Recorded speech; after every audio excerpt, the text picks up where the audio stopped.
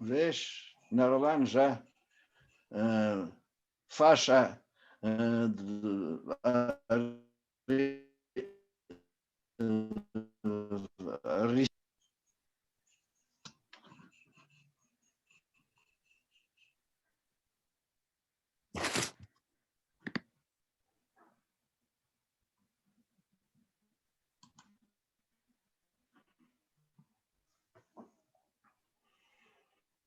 Дорогие Таня, друзья, а запись будет этой конференции? да, запись будет. Все, начинаем, да. Дорогие друзья, добрый вечер. Вас приветствует Ибероамериканский Начинаем. культурный... Начали, уже, да, начали. Вас приветствует Ибероамериканский культурный центр Всероссийской государственной библиотеки иностранной литературы имени Маргариты Ивановны Руда-Мино. И сегодня у нас проходит очень значимое для нас мероприятие, встреча с бразильским поэтом и журналистом Нарланом Матушем. Нарлан Тейшейра Матуш, ведущий латиноамериканский поэт, журналист, музыкант и академик. Мы чуть позже его представим более подробно. И я напоминаю, что сегодня участники, которые подключились к нам в Zoom, могут писать вопросы в чате, и в конце встречи мы обязательно постараемся на них ответить. Можно писать как по-русски, так и по-португальски. Мы все переведем и прокомментируем.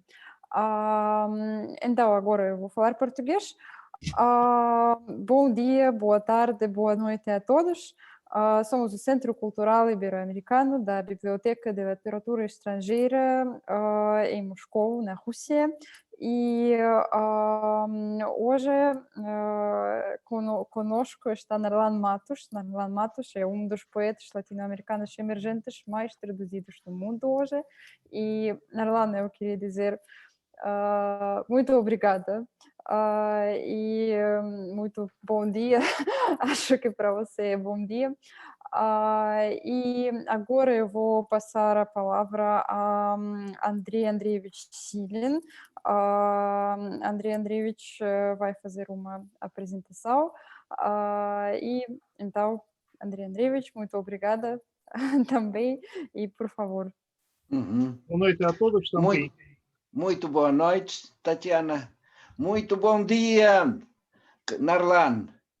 Muito boa noite a todos os nossos amigos, colegas, companheiros e todos os presentes nessa conferência com grande poeta brasileiro, nosso amigo Narlan Teixeira Matos.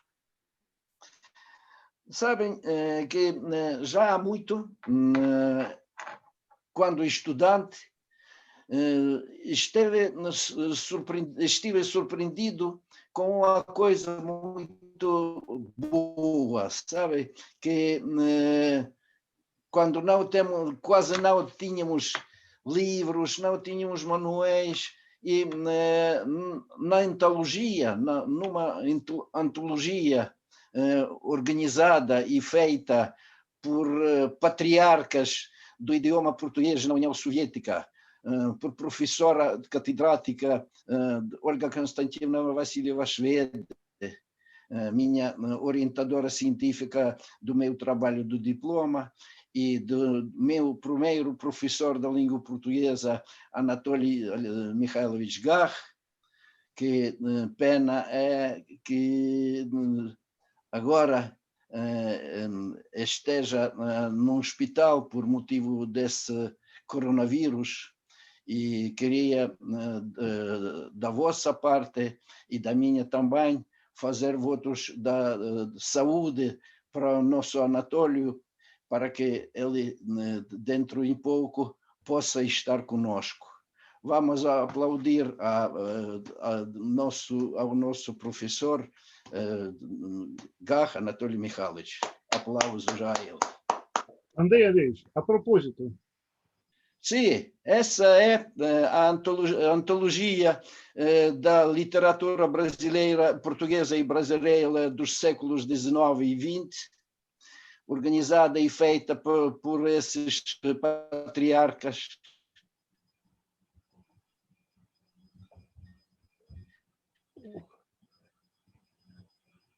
Poema muito interessante do poeta brasileiro Afonso Schmidt, e essa Esse poema chama-se Ode aos Russos.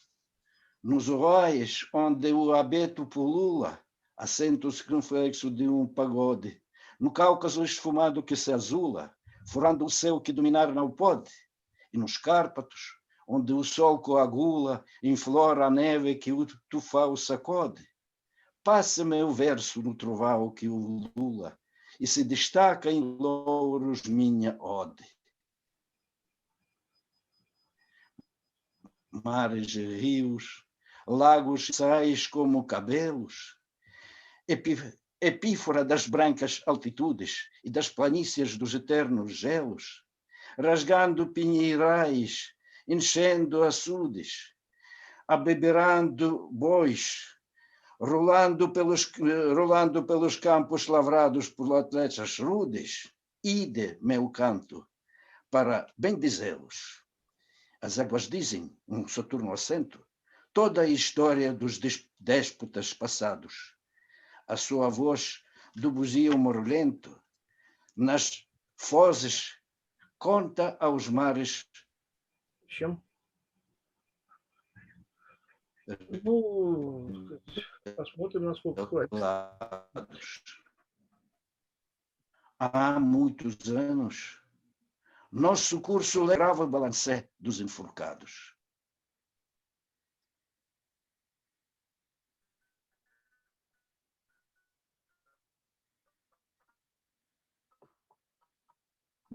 Bem já a Rússia nova, em cujo seio a dor humana como uma fundação para a batalha, e pelo mundo uma alvorada espalha. Sabem, esse poema foi escrito em 1919, depois de 2 anos da Revolução Russa. E para mim foi um choque quando eu encontrei esse poema. E hoje nós temos conosco o representante da pleiade dos poetas brasileiros, um dos maiores, podemos dizer, poetas da nossa época, um dos mais importantes autores da América Latina, o nosso amigo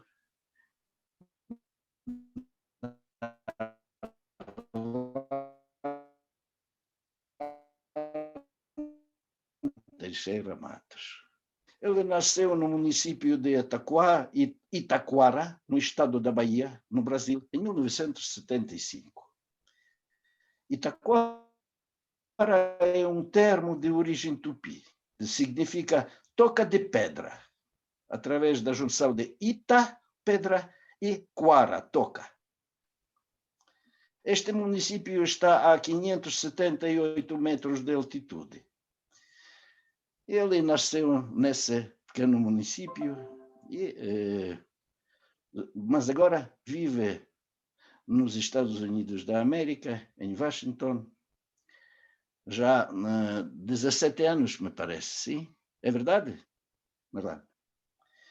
Mas aos 21 anos, estreou com Senhoras e Senhores, O Amanhecer. É o nome do primeiro poema dele.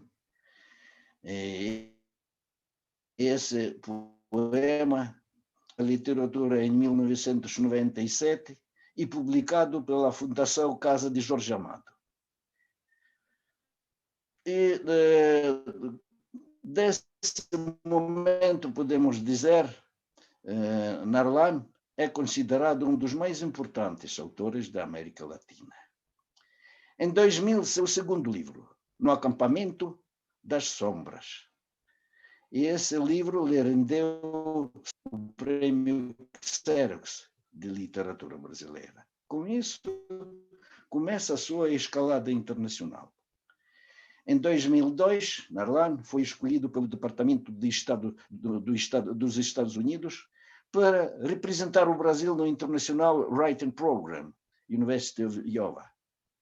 Sua poesia mereceu comentários de poetas lendários, como o nosso grande poeta russo Evgeny Evtushenko, o espanhol Juan Carlos Mestre, os americanos Robert Creeley e Michael Palmer.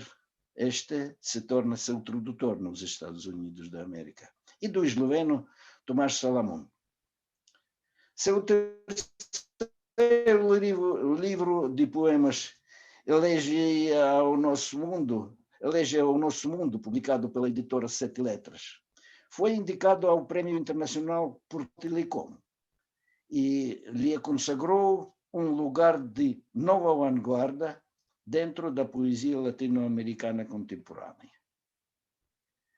Em 2017, a Universidade de Espanhol. Recentemente, este livro foi posto ao lado de elegíacos como as de Rainer Maria Rilke, Pablo Neruda, Luís de Camões e Flor Bela Espanca. Se tornou interlocutor de Noam Chomsky, conhecido linguista, com quem já se encontrou 2 vezes e com quem mantém vasta correspondência. Narlan participa regularmente em inúmeros programas literários e festivais internacionais nos Estados Unidos da América e na Europa. Seus poemas já foram publicados em 16 línguas, entre as quais estão tais como o esloveno, vietnamês, chinês, croata, lituano, japonês, romeno, sueco, hindu e o nosso russo, além de espanhol, inglês, francês, alemão. Ele é mestrado pela University of New Mexico e doutor pela University of Illinois at Urbana-Champaign. Sua obra já foi destaque em revistas na Suécia, Lituânia, Eslovénia, Japão e China. Em 2014, a importante revista italiana Poesia dedicou um artigo de 13 páginas à vida e à obra de Narlan Matos. Recentemente, comemorando os seus 20 anos de literatura, 4 antologias poéticas completas foram publicadas com sua obra na Eslovénia, Japão, Itália e Espanha, com ampla repercussão de crítica. Na edição japonesa desse livro, o editor assim o define. O poeta espanhol define que ele é um dos mais representativos poetas da América Latina. Ele é representante de nova pleiade dos autores, e a poesia de Narlan Matos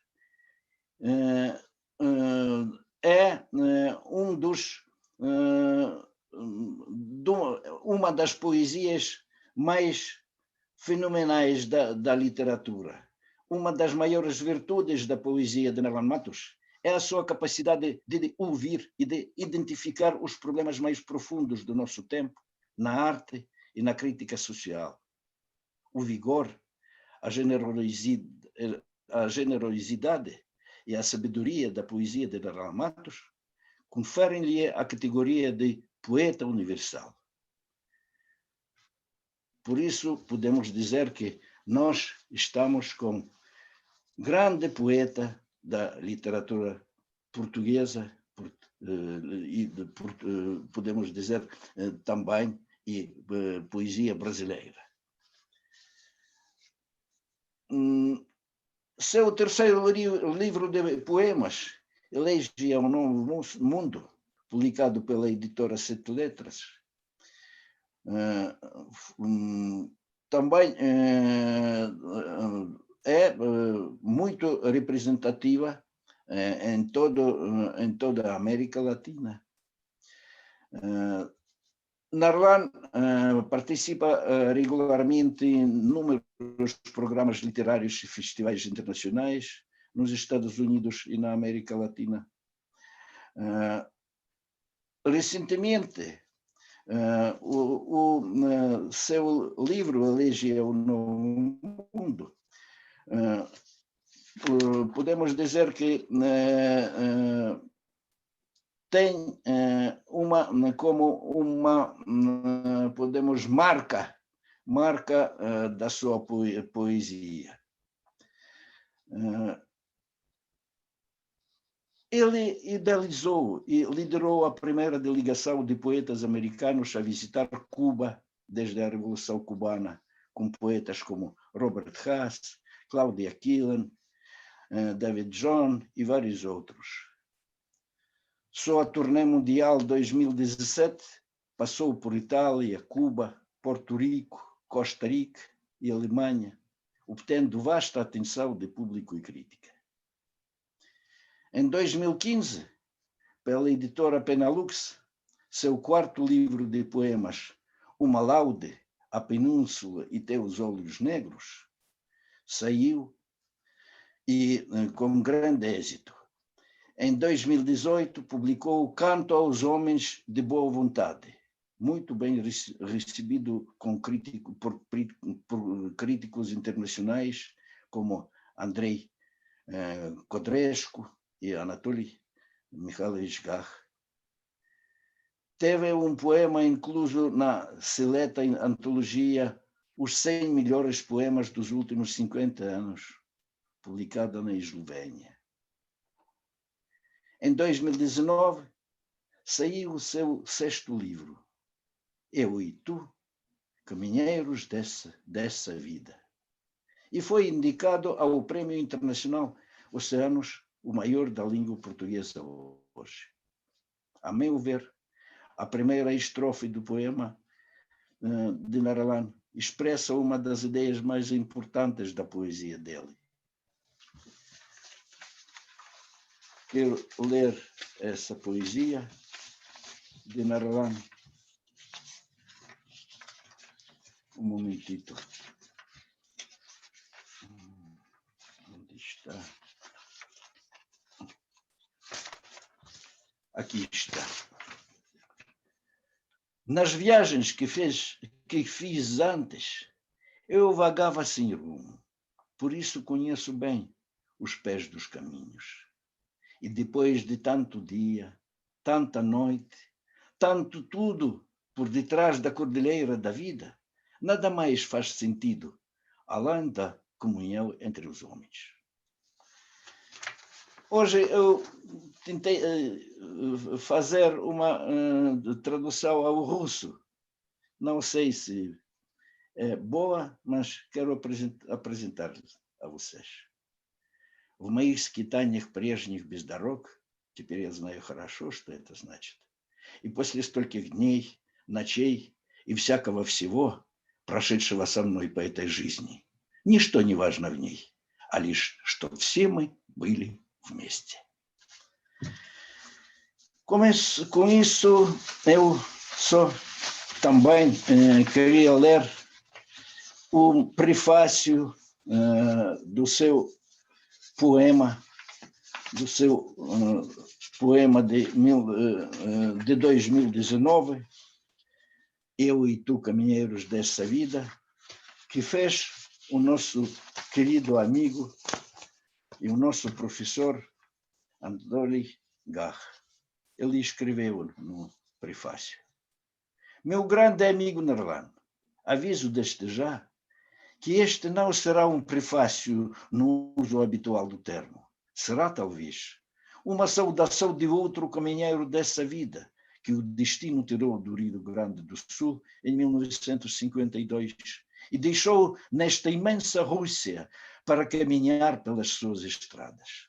Para mim, este livro parece uma tentativa precoce de fazer o balanço de sua experiência de vida, de compartilhar com os homens as suas dúvidas, os seus pensamentos, os seus sonhos e anseios, com suas maravilhosas mensagens, cheias de sentimentos de amizade verdadeira e apoio moral para nossas peregrinações através da vida.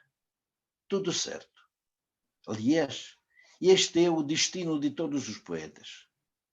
Caminha, poeta, que o teu destino é caminhar, é sofrer, ir ao encontro do infinito, É dar alento a outros caminheiros que desfalecem nas áridas estradas do mundo.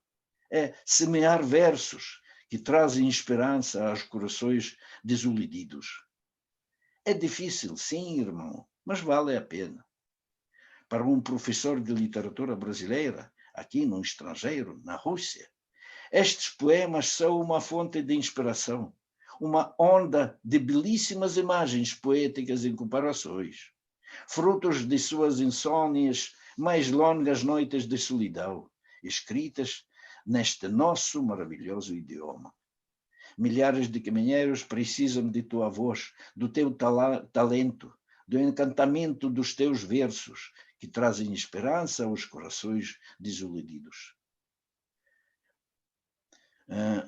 De onde vem? Será talvez aquela flor que só brota no deserto, no sertão baiano, e que floresce lindamente na segunda parte deste livro, nos outros poemas consagrados aos caminhos de tua infância.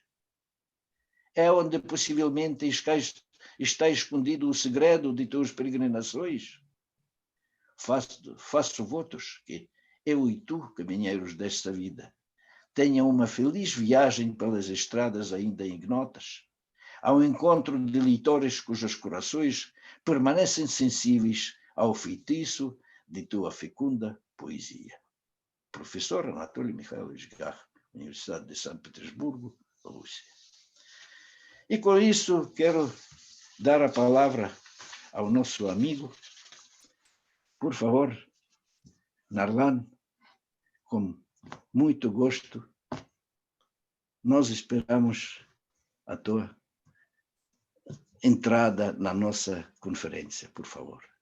Sim, Andrei, eu estou aqui muito emocionado que um crítico da sua estatura, da sua magnitude, tenha proferido essas palavras tão maravilhosas sobre a minha pessoa e a minha obra. Acho que a Rússia já ocupa um lugar muito especial no meu coração, porque é um grande abraço continental que eu recebo aqui, através da sua bela oratória. Então, muito obrigado. Eu me sinto muito emocionado e também agradecido por um crítico como você estar proferindo essas palavras sobre a minha obra. De nada, de nada. Está aqui também o grande Andrei Tokarev, outra lenda russa, e eu estou muito emocionado com a iniciativa de vocês. Então, quero agradecer a querida Tatiana, e antes de mais nada, eu quero dedicar esse recital ao grande e magnânimo professor Anatoly Gach, meu querido amigo, que está um pouco adoentado, mas esperamos que se recupere com a sua força de gaúcho dos Pampas e que retorne, porque os amigos estão sentindo muita saudade dele, sentindo muita falta. E, bom, esperamos ainda fazer muitas coisas junto com ele. Então, quero dedicar a ele, porque sem ele eu não estaria aqui agora com vocês. Quero agradecer também a grande pintora russa, Margarita Malinovskaya, da Academia de Belas Artes de São Petersburgo. Ela tem feito uma sequência grande de pinturas inspiradas exatamente nesse livro aí que você começou a ler, o primeiro poema, Eu e Tu, Caminheiros dessa Vida. Então, já existem muitas telas dela baseada nesses versos, e ela pinta sempre um verso em português no meio da pintura. Ela escreve um verso meu no meio da pintura. Então, eu me sinto muito honrado que uma pintora como Margarita Malinovskaya está fazendo esse trabalho, e ela vai fazer uma exposição em São Petersburgo com essas pinturas baseadas em meus poemas e meus versos. Quero agradecer também a Yelena Beliakova, a grande tradutora russa, que traduziu alguns poemas meus. Ela é também a tradutora de Jorge Amado e foi a primeira tradutora russa a traduzir os meus poemas. Então, quero agradecer também a ela por tudo. E também aos ilustríssimos Andrei Silin e Andrei Tokarev por organizarem esse evento em torno da minha obra. Me sinto muito honrado com vossa leitura de minha obra e é um brinde à nossa amizade E last but not least, obrigado também ao Centro Cultural Ibero-Americano e à Biblioteca M.I. Rudomino, da Rússia. Essa que é uma das maiores bibliotecas do mundo. Bom, me pediram para falar um pouco da minha vida, da minha biografia. Eu vou falar rapidamente. Eu nasci em Taquara, em 1975. Bom, meu pai era um mulato, líder popular e político de massas, e minha mãe, branca, que vem da aristocracia rural do café. Não havia livros na nossa casa, tá? Era uma casa basicamente proletária. Nem sei como eu virei poeta, porque os livros não circulavam na nossa casa. Praticamente não havia livros lá. Bom, eu não sei como virei poeta, mas uma figura marcou a minha infância. Ele fertilizou muito da minha imaginação. Foi um cigano. Em russo, eu acho que é ciganka. E ele me contava histórias fantásticas de mundos fantásticos onde ele esteve, ou então dizia que esteve, tá? Com muitos seres fantásticos, mitológicos, gigantes. E nessas histórias dele, ele era sempre onipotente, onisciente e onipresente. Bom, ele era um Homero, analfabeto, semi-analfabeto do interior da Bahia, mas mais tarde, quando eu fui para a faculdade, que eu fui ler a Ilíada, a Odisseia, eu falei, eu conheço Homero, ele é meu amigo de infância. Sim, porque a imaginação de Homero era muito parecida com a imaginação do seu Arlindo, que era esse ciganka, né? um gitano, que me fertilizou muito da mente. Ele me contava histórias todas as tardes, debaixo de um grande pé de algaroba gigantesco, com o vento descendo da montanha. E ele me contando histórias, muitas histórias. Talvez aí tenha nascido o poeta. Bom, do meu lado direito tinha a casa de um frade italiano, era nosso vizinho, um frade chamado Nazareno Marcelli.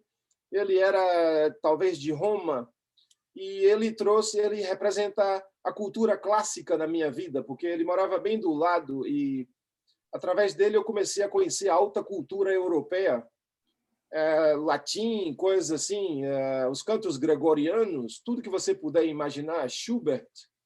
E do meu lado direito tinha uma vizinha que era Dona Judite. Ela era uma negra que tinha um candomblé de caboclos.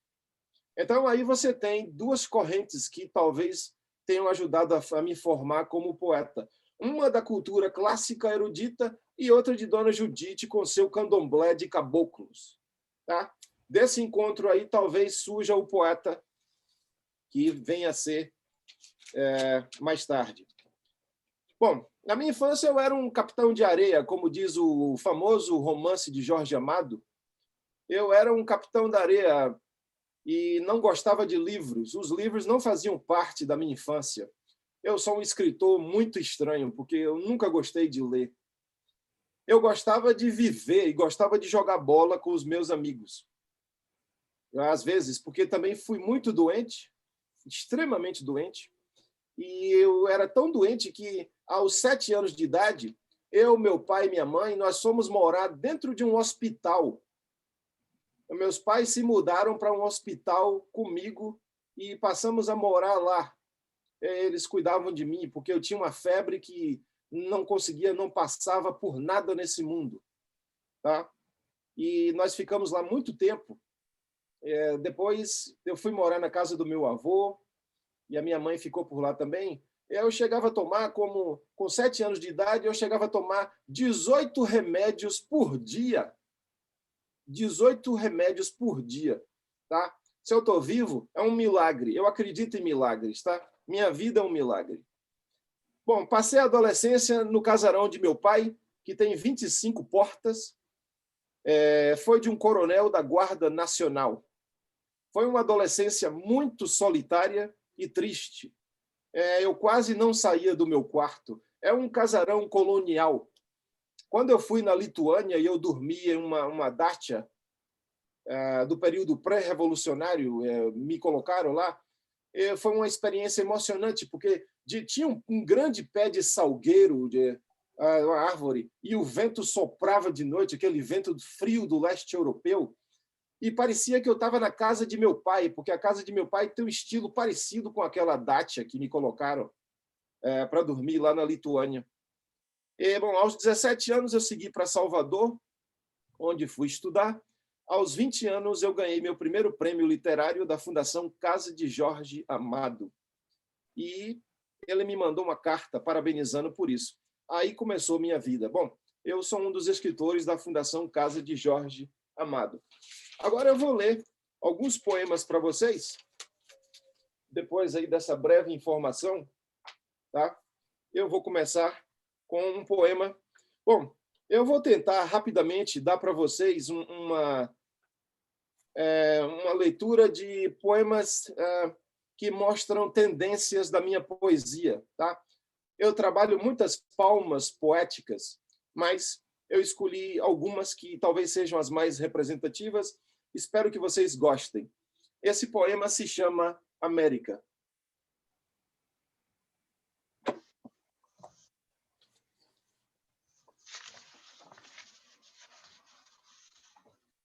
Isso foi escrito aqui nos Estados Unidos, no Novo México. Estou deitado no colo terno da América, na calma de seus campos de camomila. Em seu peito me aninho e me aquieto como relva no bosque, como a criança nos braços da manhã azul. Contudo, estou como a criança prestes a nascer. Estou como o lírio puro prestes a florescer. Percorro a pré-história de mim mesmo. Percorro a história de teus rios, de teus cumes. Caminho por teus territórios sagrados com pés descalços, por teus prados perfumados de menta. Um sol primaveril sobre minha face me ilumina e me ama e me contempla como a sombra de mim mesmo. Eu, o sol e a sombra somos um só sol.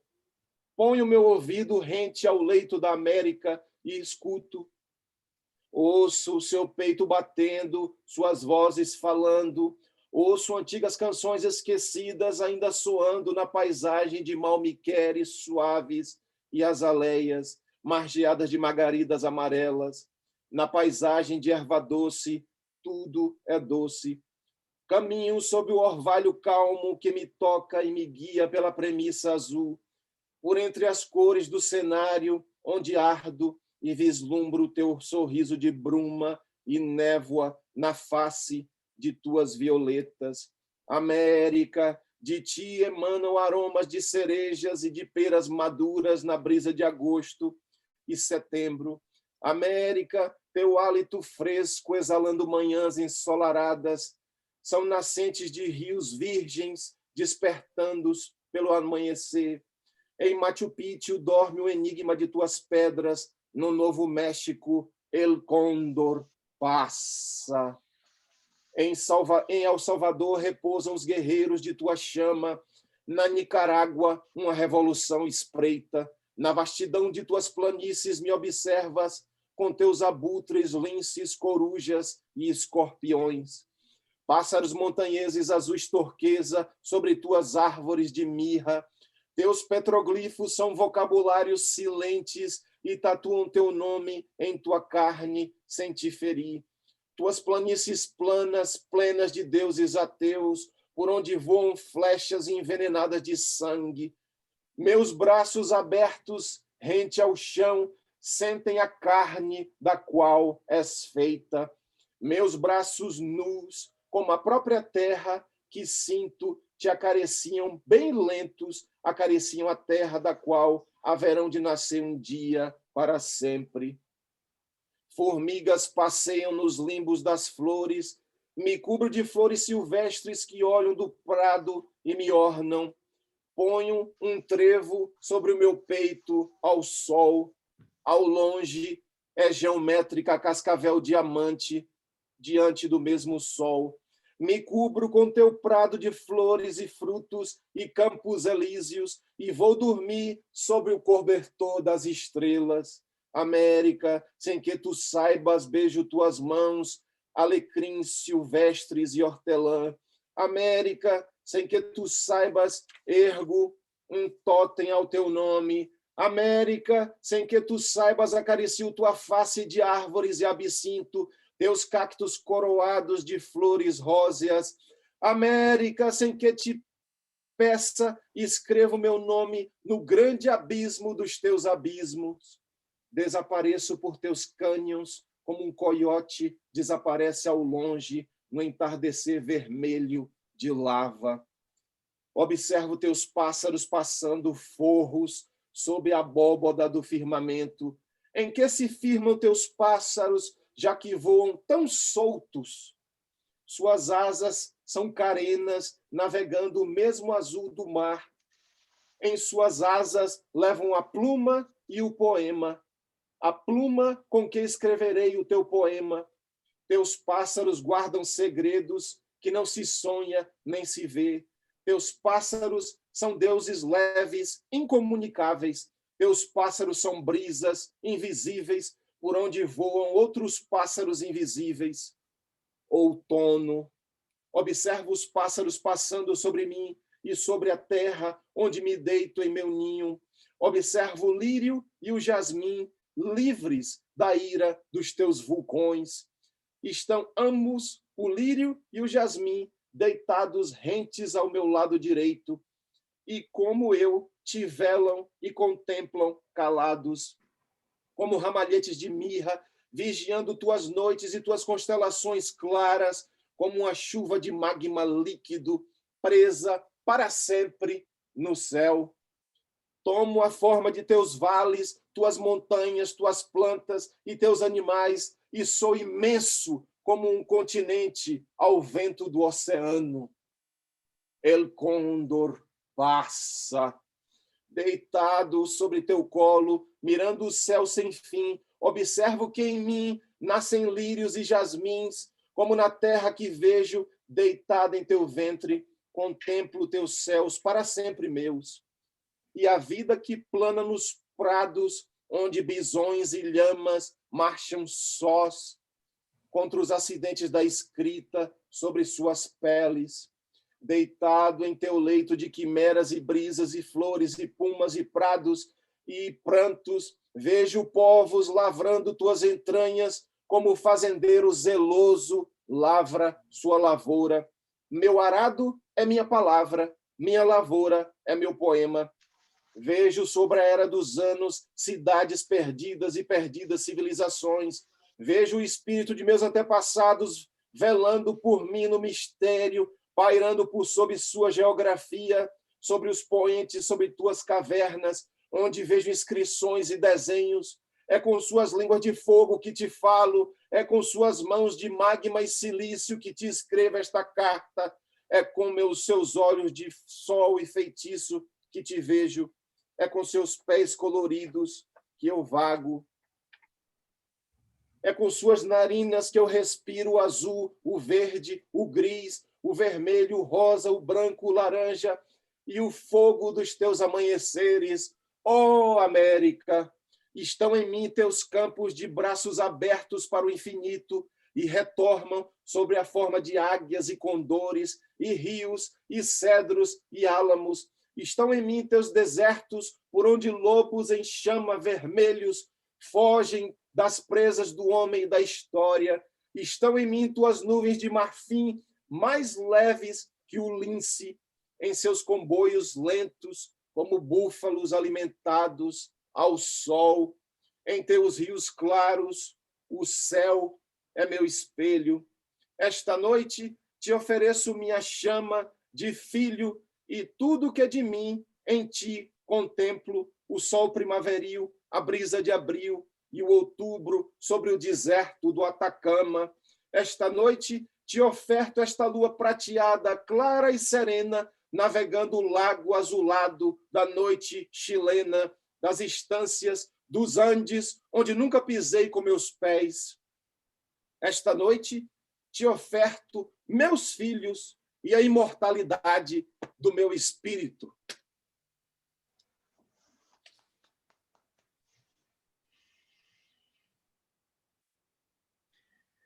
Muito bem. É um poema muito maravilhoso. Obrigado. Esse é do meu livro Elegia ao Novo Mundo. É o meu terceiro livro. Esse livro levou 11 anos sendo escrito. Eu dediquei 11 anos da minha vida a esse poemário aqui. E chamou bastante atenção da crítica internacional e também no continente americano. Bom, não se preocupem, aquele foi meu poema mais longo, um pouco mais épico. De agora em diante eu vou ler poemas mais curtos, tá? Esse se chama Orquídeas. Eu sou um grande amante das flores.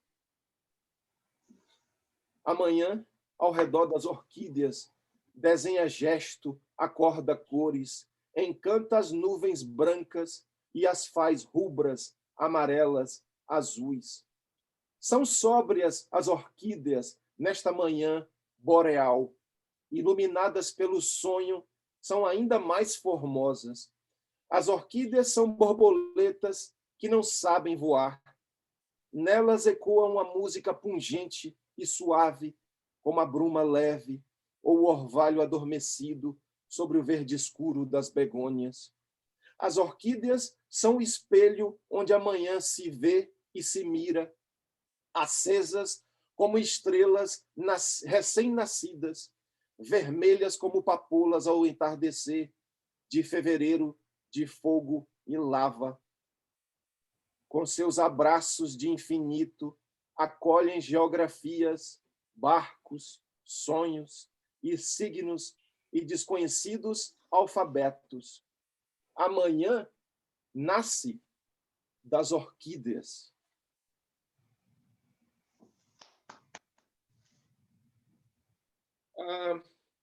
Mais um poema. Este se chama Os Lírios.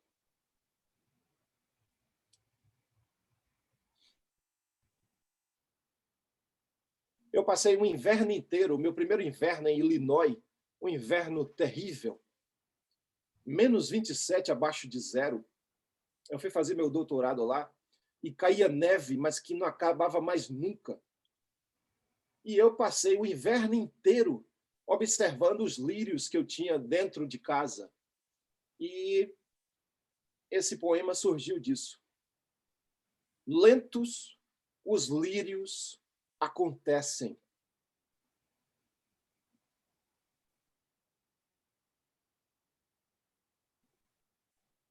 Ensimesmados em seus casulos, aguardam pela chegada do grande acontecimento.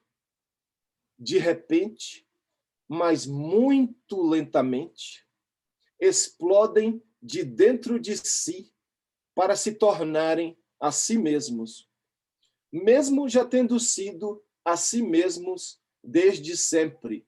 Explodem as pétalas brancas de dentro de algum lugar do seu misterioso verde. É belo o sorriso branco dos lírios, compondo sua ficção com as palavras do nada. E, mais oculta ainda, sua fragrância pura emana como um hálito, o mais puro hálito da natureza sobre os homens.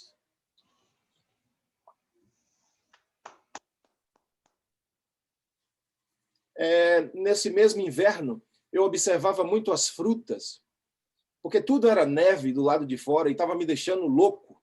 Eu venho da Bahia. E então eu observava, eu comprava muitas bananas, frutas tropicais, e comprava sempre verde. Então, no inverno, eu observava a mudança das frutas, bananas, mangas, e esse poema surgiu dessa experiência. Na fruteira, as frutas me observam, de dentro de seu silêncio sóbrio. Haverá alguma música em seu silêncio? A luz sobre elas lhes faz sorrir. As bananas repousadas sobre si têm a sua face voltada para o sol Nelas, a luz encontra abrigo e se deita, como uma lagarta se deita sobre o talo e espreita. As bananas amadurecem inamovíveis, como as palavras amadurecem no dicionário. De dentro do verde, vejo o amarelo nascendo, como nasce o sol numa manhã clara, anunciando o grande mistério do universo. Mais um poema nessa mesma linhagem, tá? Trabalhando mais a poesia pura, a poesia lírica. Esse poema se chama Calendário. É preciso esquecer de março para que abril finalmente aconteça. Deitar-se sob a sombra de janeiro para que o abismo de junho desapareça. De quem é esta face por detrás da era? Ao longe, o luar etéreo repousa leve e branco sobre lírios de absinto e quimera. Resta ainda a relva de setembro e as aleias da tarde e as latitudes do silêncio. Não é a morte que eu busco, amiga, quando chegam tuas palavras na brisa, quando oferece-me o frescor da tua pele, e a Via Láctea, de repente, renasce calma nas rosas silvestres do prado. Ou quando abres as pétalas imensas do teu sorriso, lindo e branco, um lírio para a noite da minha existência. Bom, esse foi um poemário mais do meu terceiro livro, Elegia ao Novo Mundo. Agora eu vou ler um pouco para vocês sobre esse livro, Um alaúde, a Península e Teus Olhos Negros. Esse aqui eu trabalho mais um poemário.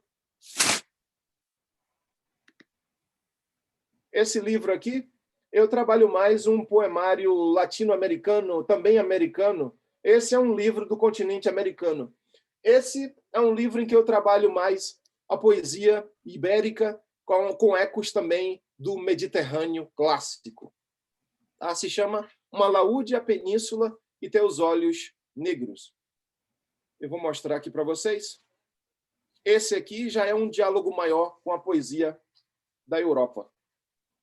Lanternas ao longe. Que culpa temos, se posso, e se tu podes, amiga, e se as ruas cálidas da Lua Nova anseiam por nossos passos? Dancemos a esta guitarra gitana soando diante das estrelas. Dancemos às castanholas e aos cimbales da noite. Quero torear a noite com meu manto vermelho de vinho tinto. Quero pairar em tuas nuvens para que a vida se faça. Minhas mãos em tua face embranquecem o luar, azulam a noite.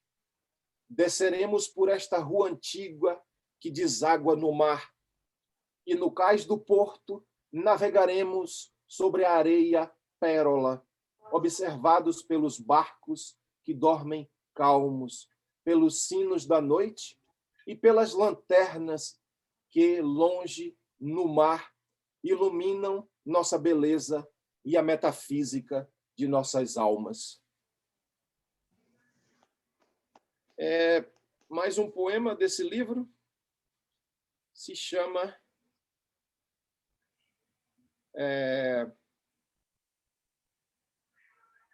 Zíngara. Entrego em tuas mãos teu poema, sujo de vinho tinto. O vinho no papel branco é como tuas mãos em meu peito, como as ondas envelhecendo pouco a pouco no mar lento, como os dias que foram nossos e já não mais se são. Porque partiste numa manhã gitana para a sombra de onde vieste.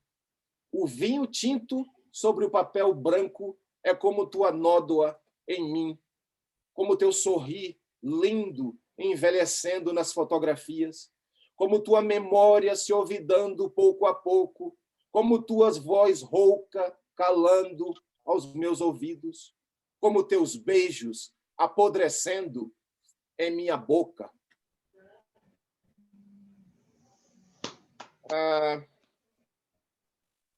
Mais uma aqui, esse se chama A Espera.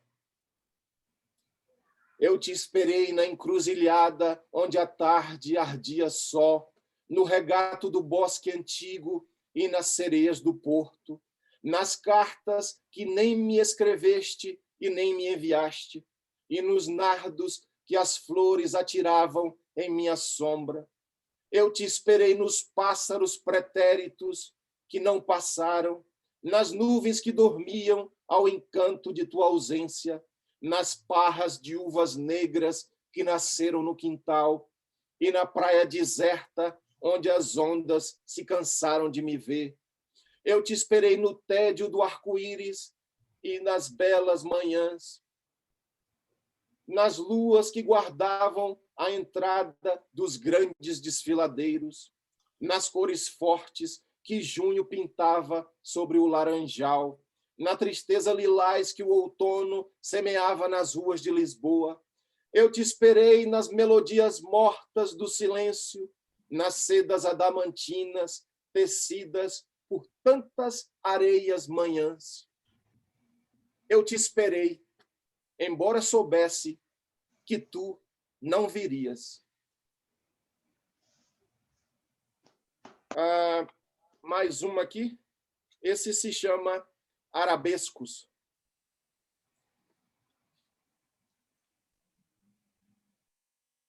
Também nessa linha mais da poesia mais pura, mais lírica. Arabescos. Então precisa encontrar tesouros perdidos no oceano, com pérolas do mar das Arábias e especiarias finas, tapetes persas, porcelanas da China, alaúdes e cântaros, e conhecer Bagdá ao primeiro crepúsculo de junho. Então preciso do brilho de todas as estrelas dos mares e visitar as ilhas Canárias e Baleares e ilhas de Ibiza e de uma tourada onde não existem touros nem toureiros e de chaves para abrir as portas da casa do invisível. Então preciso ir a continentes ainda desconhecidos, principalmente nos dias tristes, sem brisa nem abelhas. Preciso estudar os mouros e visitar os Países Bascos e fazer escavações arqueológicas nos sítios do Marrocos. Então preciso de um almanaque e de um álibi que contra o tédio e de uma testemunha ante o tribunal da vida e alfarrábios úteis, onde eu possa descobrir o tudo que nunca vou saber, e de um pueblo novo-mexicano para o deserto de quem sou. Então preciso de mapas e cartas que me levem ao encontro dos povos desaparecidos, sem vestígios nem destroços, e de um novo alfaiate, e de rever os velhos campos onde uma criança brincou, até se tornar homem, afinal. Então preciso de cavalos árabes negros e de puro sangue, que sejam velozes como noites felizes sob estrelas austrais, como lanternas amarelas acesas, presas ao infinito tangível, e de outro baralho com outros naipes ainda desconhecidos, e de outra ampulheta que não meça o quanto ainda resta de mim para ser. Todavia, sucede que antes disso tudo, preciso mudar meu passado para sempre. Bom, aí tem mais ou menos alguma demonstração. Se tiver mais tempo, um pouco mais tarde, eu posso ler mais.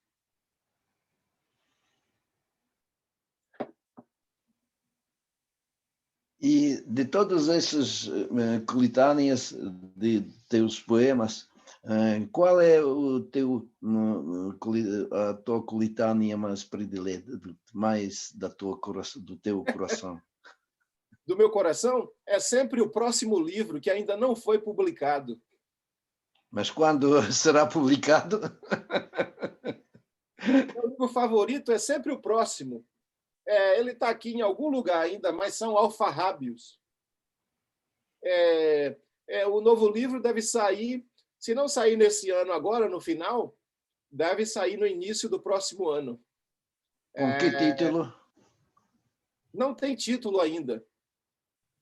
Não tem título ainda, mas é o meu. Todos eles são fases diferentes, então é como você escolher entre os seus filhos. É uma escolha bastante difícil nisso aí. Bom, eu li isso aí, agora eu vou ler para vocês do meu livro Canto aos Homens de Boa Vontade. Esse livro tem a minha mão e a mão do meu filho quando ele nasceu. Então, é a mão do meu filho me segurando, entendeu? Na verdade, ele é que está me segurando. Então... E quantos anos a Yannick tem agora? Yannick vai fazer 5 anos. 5 anos já. Vai fazer 5 anos. Então, eu vou ler aqui para vocês, desse poemário. Quando o meu filho nasceu, foi como acender uma pira, uma fogueira, e um sentimento da vida renasceu incontrolável dentro de mim. E, bom, nós estamos vivendo um período muito difícil da humanidade, em que existe muito ceticismo, muito pessimismo. Eu quero ler para vocês um poema chamado Eu Creio nos Homens. Eu creio nos homens quando conversam com nuvens e se alimentam de frutos lúcidos, comem algodão doce e se convertem em crianças, nas rodas gigantes, nos carrosséis, nas gongorras e escorregadeiras, quando descobrem outros reinos, paisagens, e quando dançam e criam luas necessárias, quando abrem os esplendores e abrem janelas amarelas de ventura. Eu creio nos homens que conversam com os bichos e com o nada e remendam suas almas com linhas e borboletas, trabalham o porvir como o pintor sua pintura, voam em balanços e alimentam seus filhos, dedilham o vento, declinam estrelas e namoram a metafísica. Eu creio nos homens que acreditam nos homens, acreditam nos milagres e nos peixes, tocam riachos com mãos e pés nus, fazem serenatas em noites imaculadas e observam longos ocasos com olhos repletos de infinito. Eu creio nos homens que escrevem cartas desesperadamente apaixonadas, plantam flores e cultivam amigos, caminham pelos campos de figos com pés de primavera e ouvidos de flores. Eu creio nos homens que desafiam as escuridões, as incertezas, quando suas bocas insistem nos vocabulários proibidos da concórdia e da beleza e se comovem com a brancura das espumas flutuantes. Eu creio nos homens que acreditam na profunda ternura, nos cavalos marinhos e nas camélias, estudam ruínas e inventam desconhecidos azuis, que partem em navios solitários rumo a outros portos, despertam para Atenas e Éfeso e Roma, para as romãs róseas lacrimejadas pela melancólica chuva. Eu creio, eu creio, eu creio, eu creio nos homens que laboram pelo grande crepúsculo da vida. Aqui, mais aí nessa linha um pouco épica, esse poema se chama A Chama. As pessoas estão muito solitárias, tristes. É uma época, é um período obscuro, uma era obscura de um período não identificado. Então, esse é um poema para essas pessoas.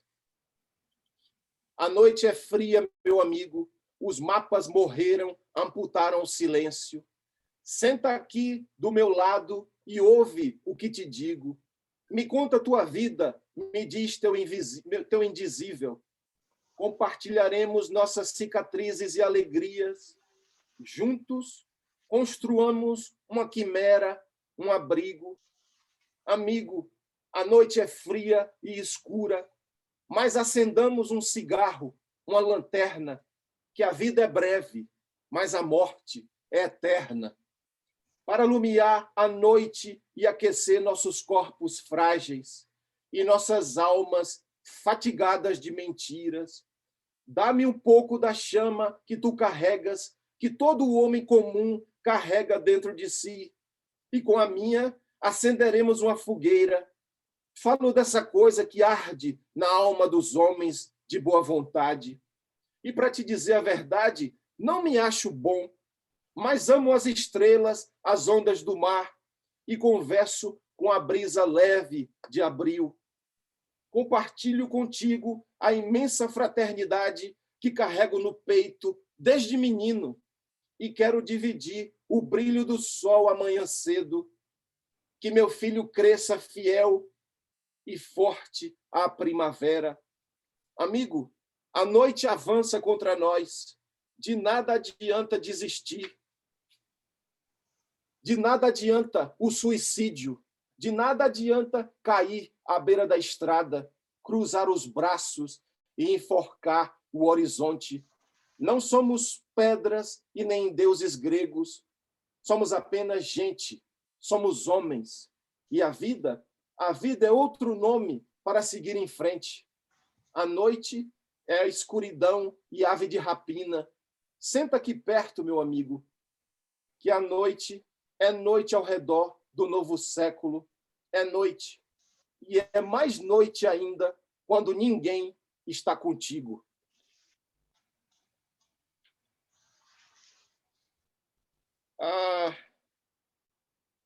Essa aqui, acalanto para os homens. Muitos dos meus poemas são escritos de madrugada.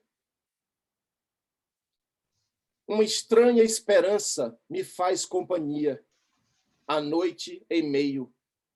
Um profundo silêncio pousado sobre o mundo, sobre os homens. Ouço os homens que dormem profundamente. Escuto suas vozes caladas. Vejo seus sonhos verdes adormecidos. Quando adormecidos, os homens são deuses perfeitos, se entendem e se amam incomensuravelmente. À noite, os homens sonham em suas camas feitas de estrelas. Todavia, despertam para ruas de ferro e estanho. Se amanhã de manhã eles fossem como são agora, o mundo seria um outono de rara beleza. Os homens estão dormindo e uma profunda esperança me faz companhia. À noite, eles são crianças de novo e dançam cirandas. Há comunhão em suas almas adormecidas. Assim, não vou gritar, não vou levantar minha voz. Não quero acordá-los de seu sono profundo, porque os homens são muito mais possíveis e reais quando estão sonhando.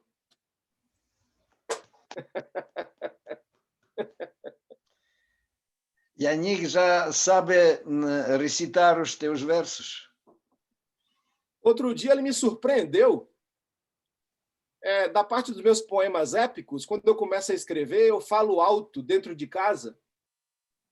E muitos dos meus poemas têm refrão. Bom, foi um poema muito triste. Uma amiga minha me ligou de madrugada, dizendo que o amor da sua vida tinha cometido suicídio. E ela ligou para mim de madrugada. Foi um momento muito difícil, porque esse amor dela morava no país de Gales, Wales, e que faz parte lá da Grã-Bretanha. E ela ligou para mim desesperada, dizendo que o amor da sua vida tinha cometido suicídio, sem deixar carta, nada. Então, ela me falou no telefone uma frase que virou o refrão desse poema. Amigo meu, faça uma prece para o meu amigo que morreu. Ela me disse isso. Então, o poema começa com isso. E outro dia aqui, ele estava brincando de bola e ele virou para mim e falou: amigo meu, faça uma prece para o meu amigo que morreu. Então, eu tomei um susto, não é? E ele recitou isso. Então, ele não é muito da literatura ainda, mas gosta bastante de música, está começando a gostar de música. De música clássica para as crianças, não? Gosta muito de Gilberto Gil. Oh. Sim.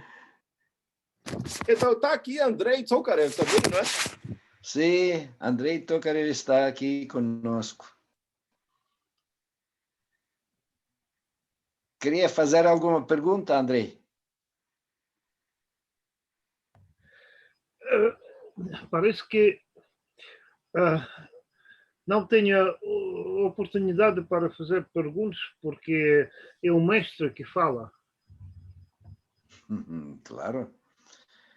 É o mestre da poesia contemporânea brasileira, sim.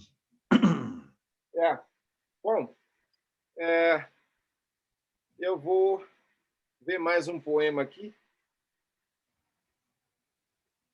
Eu vou ler para vocês um poema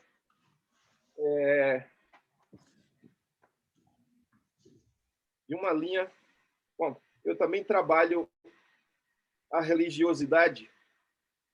Bom, quem nasceu entre a casa de um padre italiano e um candomblé de caboclos, é impossível não ter religiosidade, não? Então, eu vou ler para vocês esse poema que se chama Ave Maria. E, bom, recentemente eu tomei conhecimento que existe no mundo uma grande quantidade de prostituição infantil, de crianças que são traficadas como prostitutas e prostitutos infantis, não é? Então, isso me horrorizou muito. E esse sentimento gerou esse poema aqui. Se chama Ave Maria. Passo a cantar as crianças prostitutas, a singularidade dessas flores rotas que o fado semeou, sobre a tragédia grega, sobre os escombros da própria vida, sementes que a vida atirou para fora de si mesma. Crianças prostitutas, eu não sou digno de cantá-las, no entanto, devo, pela lucidez do outono lá fora, pelas primícias do cruel inverno, devo. Meninas prostitutas, mercadas como diamantes, como escravas, como jovens lírios num mercado de horrores e lágrimas incolores. O lírio puro e branco em vós logo morrerá, logo se converterá em hera e nascerá um obtuso sorriso em vosso rosto. Meninas prostitutas, passo a ser vosso poeta, e minha lira não restituirá vosso calmo noturno, vossas vidas perdidas, não devolverá vossas casas de bonecas, a candura de vossa infância. Minha lira não vos levará ao caminho de volta ao Éden, foste entregues nas mãos dos anfíbios, dos répteis, cedo demais.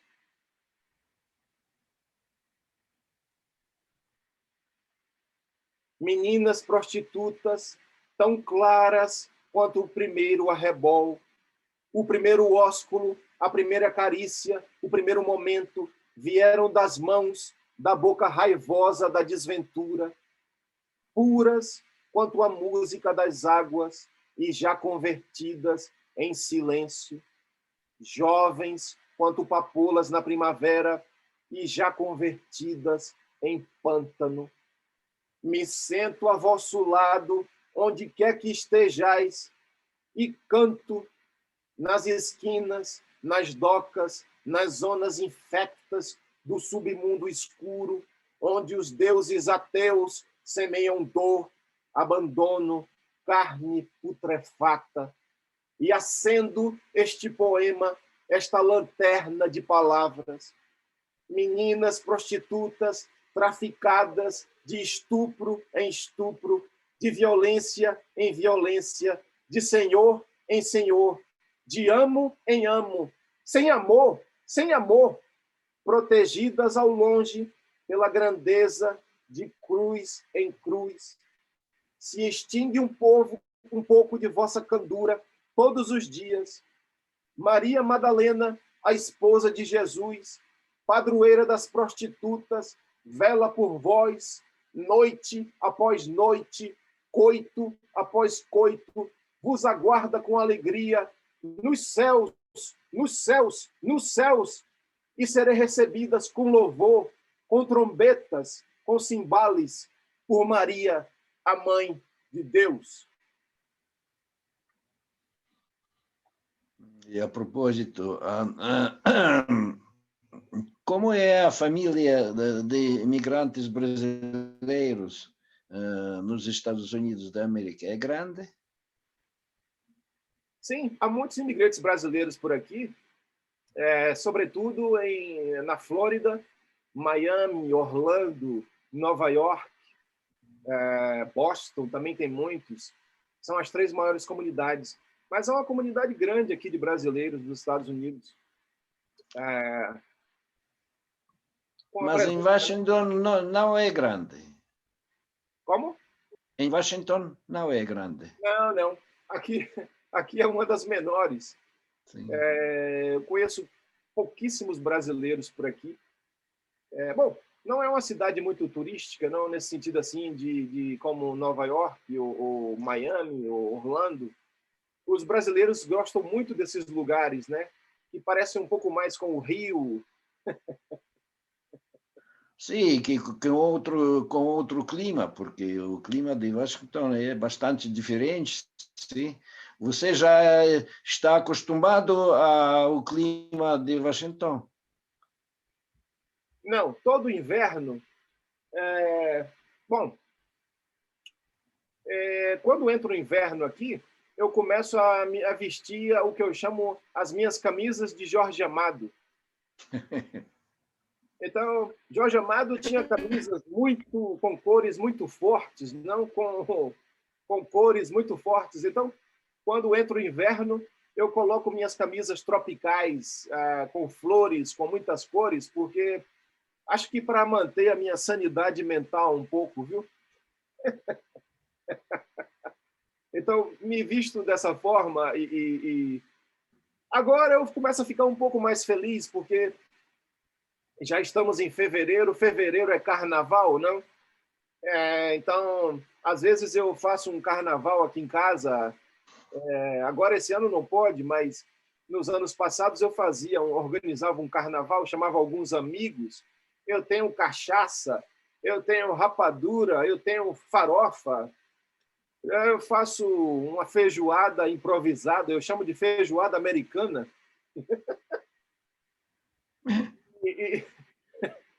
Uma feijoada improvisada e fazemos um carnaval aqui, meia boca, mais ou menos. E fazes um disfarce? Hã? Fazes um disfarce? Sim. Uma fantasia, sim. Também festejo o São João, né, que é a minha festa mais próxima, a festa mais querida no junho. Eu organizo aqui a festa do São João e convido alguns amigos. Bom, a globalização tem suas vantagens, não? Então, aqui eu consigo paçoca de amendoim, eu consigo pão de queijo mineiro, né? E fazemos aí um São João americano, na medida do possível.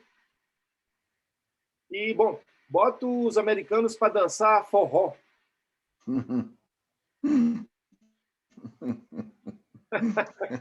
Tá bem, tá bem. Quem sabe um dia ainda vamos fazer um forró aí em Moscou, não? Claro que sim, claro que sim. Luiz Gonzaga tem um forró famoso chamado Pagode Russo. Pagode russo. Tem um forró de Luiz Gonzaga que ele fala, né? Ontem eu sonhei que estava em Moscou, dançando pagode russo na boate Cossaco. Veja só. É um dos forrós mais famosos dele. Tenho uma Eu fiquei pergunta. sabendo que em Moscou... Andrei, pode falar. Norton, queria saber se você leu algum poema russo ou soviético e gostou de um poema. Sim. Eu gostei muito da sua pergunta. Bom, na minha adolescência, eu tive muitos problemas de saúde também. E, bom, eu fiquei anoréxico, né? Tinha sérios problemas com anorexia. Então, caiu nas minhas mãos, milagrosamente, a biografia precoce de Yevgeny Yevtushenko.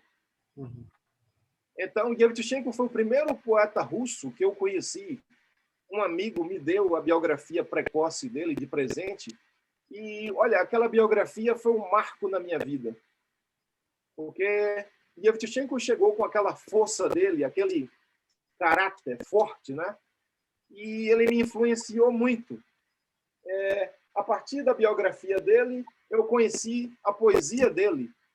E quando eu vim para os Estados Unidos, já com 29 anos de idade, eu fui fazer um mestrado na Universidade do Novo México.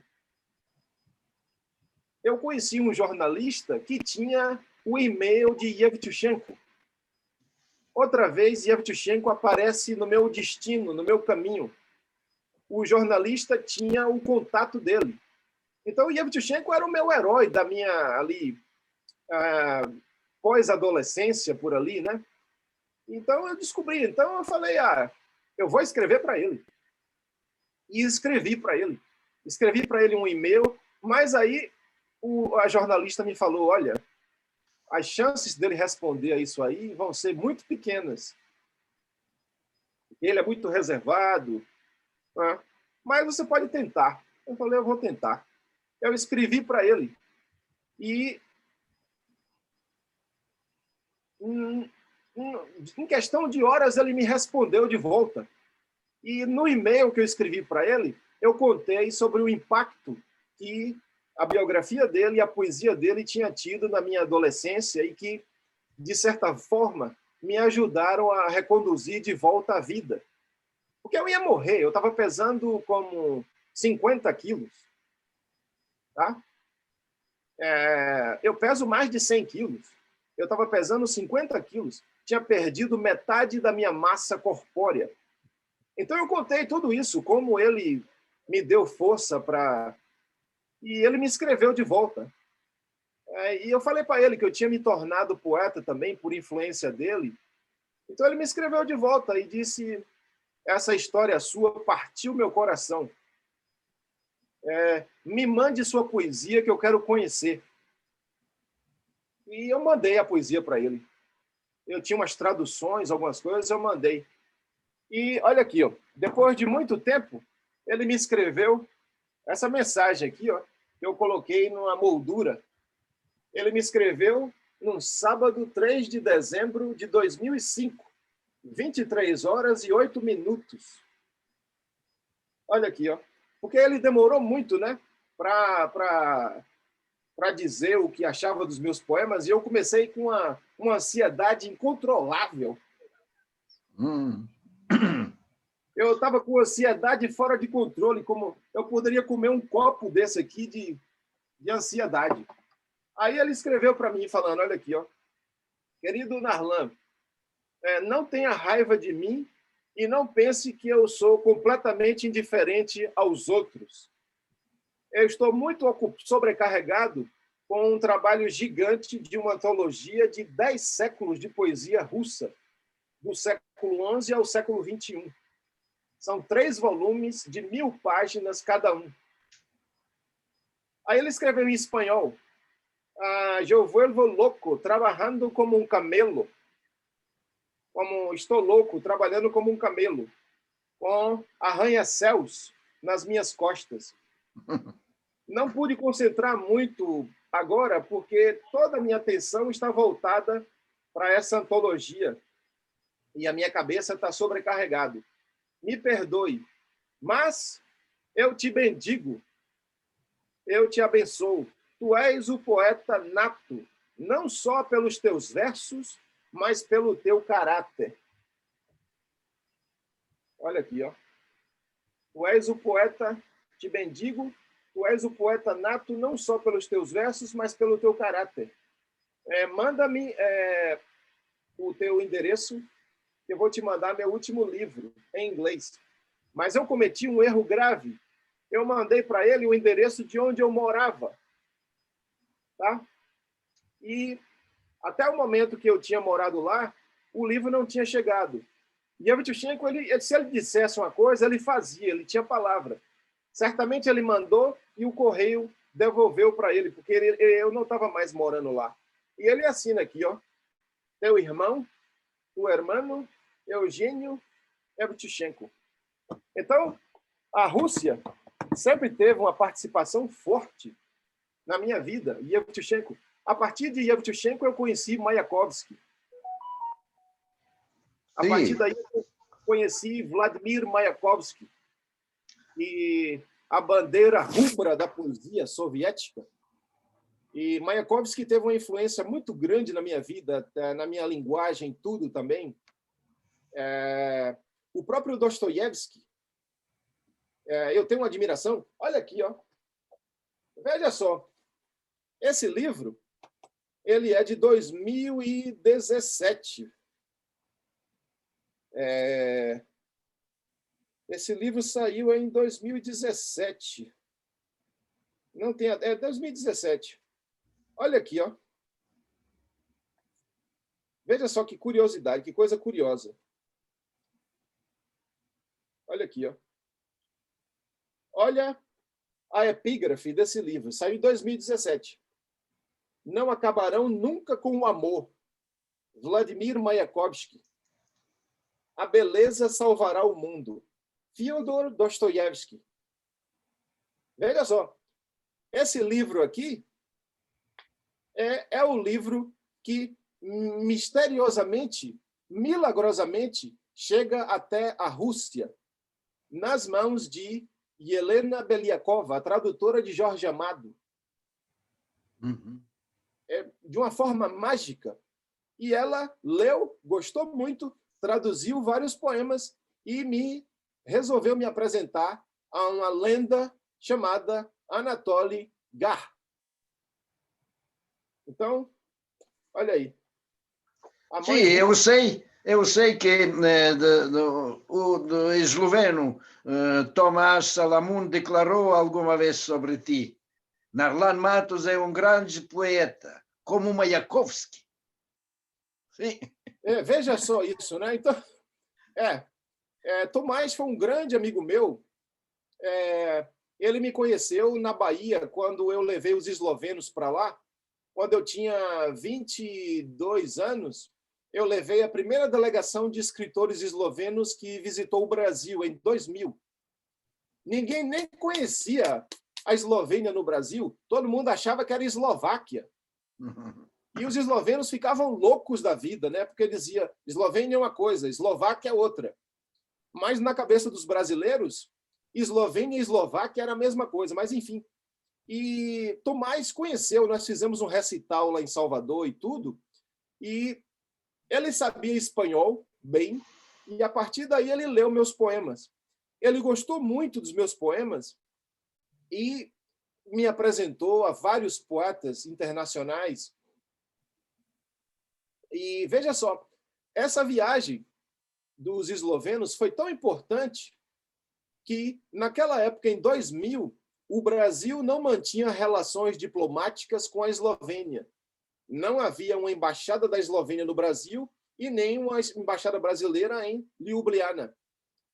Porque a viagem deles teve tanto sucesso, eles tiveram uma repercussão muito grande na mídia brasileira, o governo esloveno resolveu estabelecer relações diplomáticas com o Brasil. Eu não sabia disso em 2000. 14 anos depois, quando eu cheguei na Eslovênia, Tomás já havia falecido, infelizmente. Mas quando eu cheguei lá em Ljubljana, eu fui para lançar a minha antologia em esloveno. Eu tenho um livro em esloveno.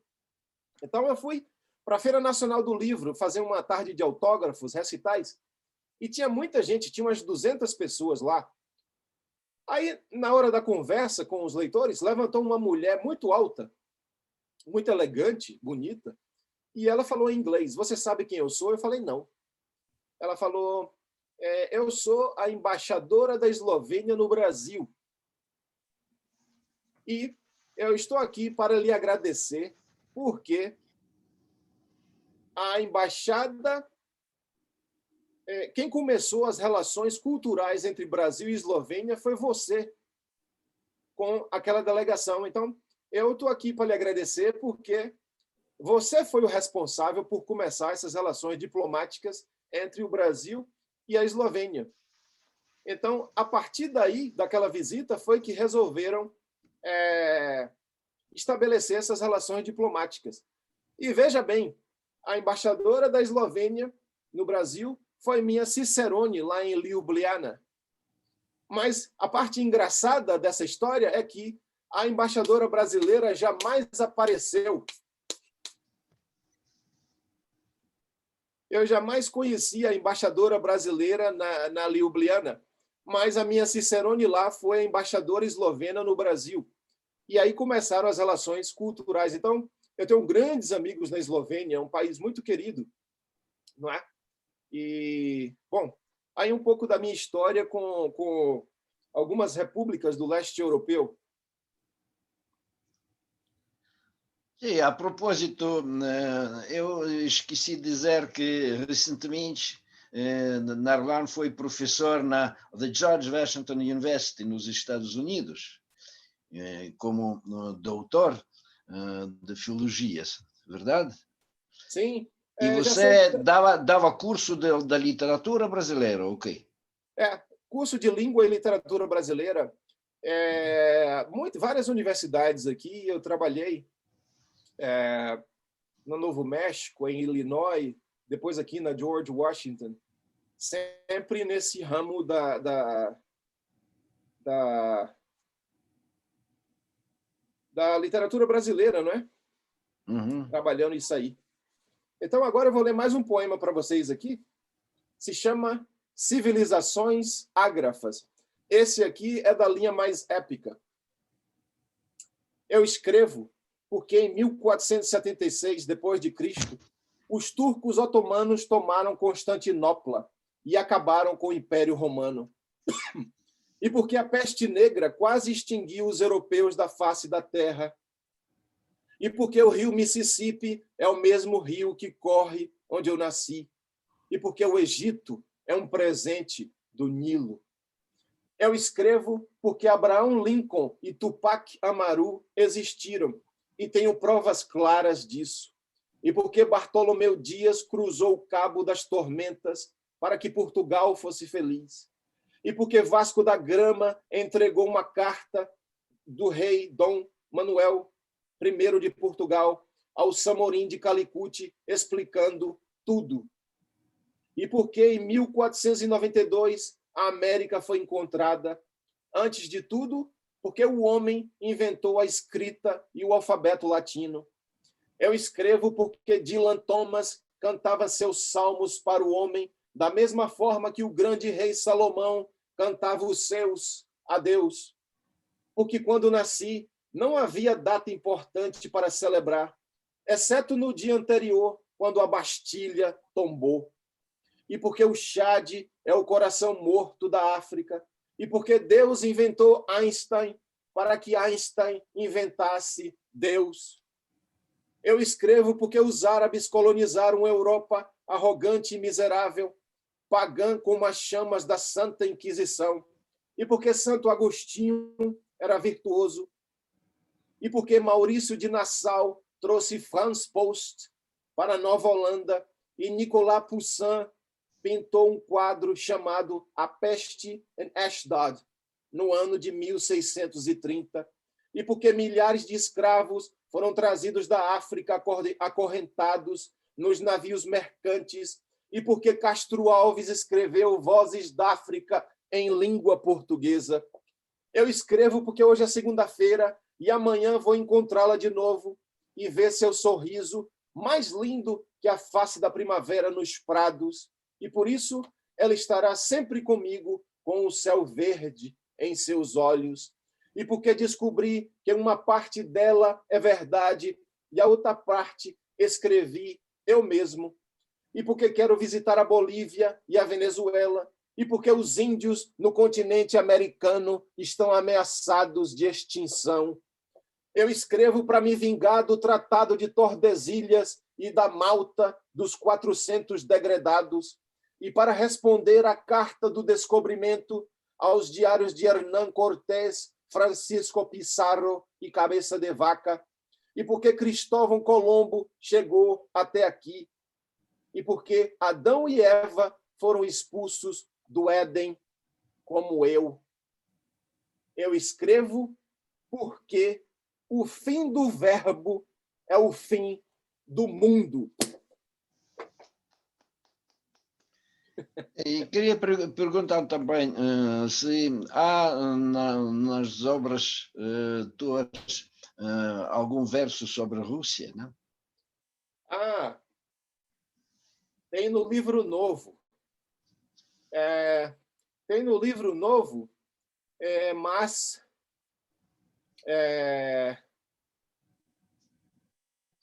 tá bom.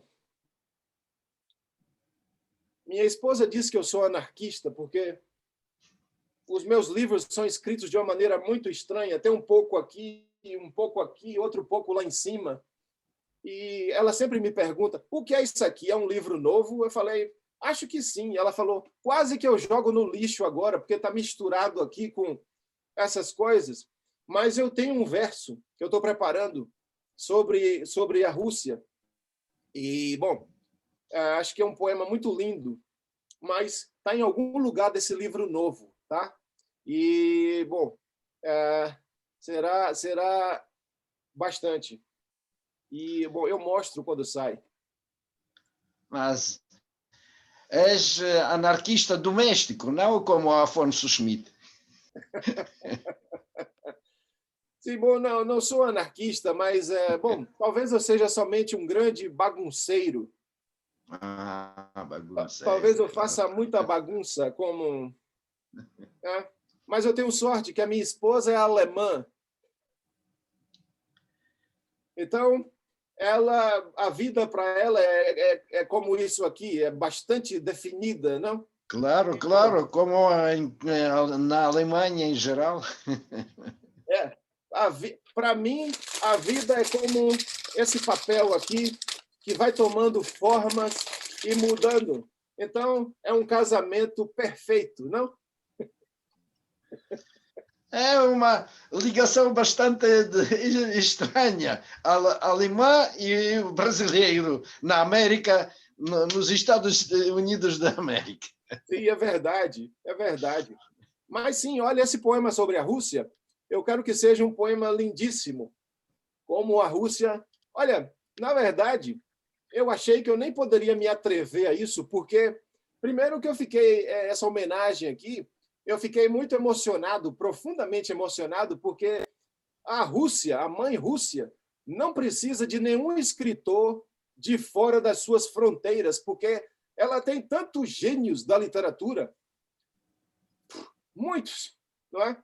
E, bom, os russos não precisam, em termos de literatura, eles não precisam de ninguém. Então, eu achei que seria uma ousadia muito grande minha escrever um poema sobre a Rússia, porque certamente tem muitos grandiosos poemas, mas como é um pedido do grande lendário Andrei Silin e Andrei Tokarev, eu vou me atrever, tá bom? Eu vou pedir licença para vocês, mas eu vou me atrever a escrever esse poema, porque foi solicitado e se os amigos pediram, tem que ser feito. Está bem, está Ok. bem. Bem, e vejo que Tatiana quer dar algumas perguntas de parte dos nossos ouvintes. É? Não, acho que não temos por aqui, não temos perguntas. Não? Sim, não sei porquê, mas não temos perguntas dos nossos ouvintes. E podem escrever alguma coisa aqui no chat, eu vou ler e nós vamos falar com o nosso querido Narlan. Sim, Ekaterina. Ekaterina, você pode falar se quiser. Ah, uhum. Ekaterina, por favor. Obrigada. Aham. Eu queria perguntar ao nosso hóspede se sente a influência da língua inglesa na sua vida e na sua poesia, porque faz muitos anos mora nos Estados Unidos e eu queria saber se isso é favorável ou pelo contrário. Ah, Uhum. bom, na verdade, essa influência, eu gostei muito da sua pergunta. Essa influência inglesa já começa desde a minha cidade, lá no interior da Bahia, porque, olha, você tem Jorge Amado, não? Bom, Jorge Amado criou uma imagem universal da Bahia, mas a Bahia de onde eu venho é uma Bahia bastante diferente da dele, porque, se você for ver, a Bahia tem quase o mesmo território que a França. Então, a Bahia é um estado que é do tamanho de um país. Então, eu venho de uma região de montanhas, de serras, onde faz muito frio, e onde teve, desde o fim do século XIX, imigração. Começou primeiro com os italianos, aí no final do século XIX. Depois, no começo do século XX, por volta de 1920, mais ou menos, vai ser fundado lá o colégio americano mais antigo do Brasil, que se chama Taylor School, né? Esse colégio foi fundado lá na nossa cidade e foi fundado por pioneiros da Igreja Batista do Texas. Ele se chamava Zachary Taylor. E, bom, foi muita sorte para mim ter nascido nessa região, porque, por causa dessa escola, essa escola vai crescer muito. Nos anos 30, vai chegar um casal que vai revolucionar a escola, Carlos e Stella Dubois. Carlos Dubois era francês. E o Taylor School, nos anos 40, 50 e 60, é considerada a melhor escola do Brasil. Tá? Ele foi considerada a melhor escola do Brasil. E foi muita sorte para mim ter essa escola perto, porque muitos professores eram americanos, tinham uma influência muito grande. E por causa dessa escola, depois da Segunda Guerra Mundial, vem mais imigrantes italianos. E depois, nos anos 60, chegam mais imigrantes americanos. Então, essa Bahia de onde eu venho é uma Bahia que tem uma cultura um pouco diferente, não é? Tem uma grande produção de café. O meu avô, o pai da minha mãe, era um grande fazendeiro, produtor de café, uma grande fazenda de café, e era um homem bem rico. E essas influências dos italianos, dos americanos, lá na cidade, italiano e inglês eram línguas correntes, eram línguas que eram faladas, né? E para você ter ideia, Jorge Amado mostra essa congregação de religiões, né? Esse sincretismo. Só que lá na minha cidade já existiam tensões religiosas desde 1920.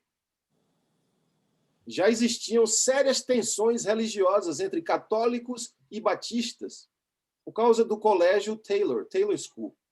Uhum. Tá vendo? Jorge Amado fala do sincretismo religioso. Na minha região, existiam tensões religiosas muito fortes. Né? Mas a minha família não fazia parte disso. Os meus pais, eles não tinham isso. Bom, os pais do meu pai eram batistas, mas a minha mãe vinha de família católica. Então, eu vinha de uma família um pouco mais equilibrada. Uhum. Né? E a língua inglesa foi sempre parte disso aí. Bob Dylan foi um poeta que me influenciou muito aos 15 anos de idade. Eu fui bem influenciado por ele nisso aí, né? Mais tarde, Walt Whitman vai me influenciar também. Acho que foram os dois poetas americanos que mais me influenciaram, Bob Dylan e Walt Whitman. A propósito, Catarina é a minha antiga colega, trabalhamos juntos como professores da língua portuguesa, agora ela é tradutora de português do espanhol, da Que literatura russa ao espanhol, ao português, em primeiro o espanhol, e do espanhol para o russo. Não, eu traduzo do espanhol português para o russo, não. Para russo. Não sim. ouço traduzir ao português.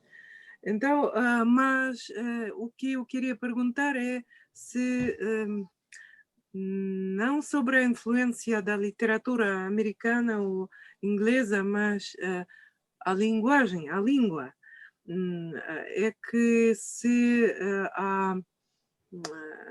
digamos, a atmosfera naquela região era tão multilingüe, eu não sei se influenciava alguma coisa na sua linguagem. Não tem, digamos, tentação de escrever em inglês, talvez. É que o nosso poeta Brodsky escreveu alguns poemas em inglês e Pushkin, por exemplo, em francês. Então, eu acho que é interessante se a sua linguagem sofre a influência do inglês. É muito interessante. Eu sou linguista. Por sim. isso... Bom, certamente vai haver... olha, escrever em inglês... Bom, eu respeito muito os grandes poetas das grandes línguas, né? Então, se você me pedisse para escrever um poema em russo, ou então saltar do Cristo Redentor embaixo e morrer, eu ia escolher saltar do Cristo, porque eu jamais cometeria um crime contra a língua de Dostoiévski, de Pushkin, de Mayakovsky. E toda vez que eu penso em escrever versos em inglês, nossa, eu penso em William Shakespeare. Não é? Então, eu geralmente paro e eu falo, o que eu estou fazendo, meu Deus? Eu estou cometendo um crime contra a língua de Shakespeare, de Walt Whitman, de William Butler. Eu me sinto como cometendo um crime contra os grandes poetas dessa língua, não? No máximo, eu consigo escrever alguma coisa em espanhol, porque é o irmão gêmeo do português, não? Então eu falo, talvez Neruda não ligue para isso, ou talvez Borges não vá se preocupar, não vá ligar para isso, porque, não, afinal de contas, português e espanhol, né? Mas, assim, em respeito aos grandes poetas da língua inglesa, eu já escrevi algumas vezes, eu não vou mentir para você, tá? Já escrevi algumas vezes, mas, assim, acho melhor eu ficar com o meu português. Mas, certamente, a cadência, a musicalidade, não é? Dos poetas de língua inglesa que eu li, deve estar em algum lugar dos meus poemas, sem dúvida. E, bom, né? E aí eu fico mais na minha língua portuguesa mesmo.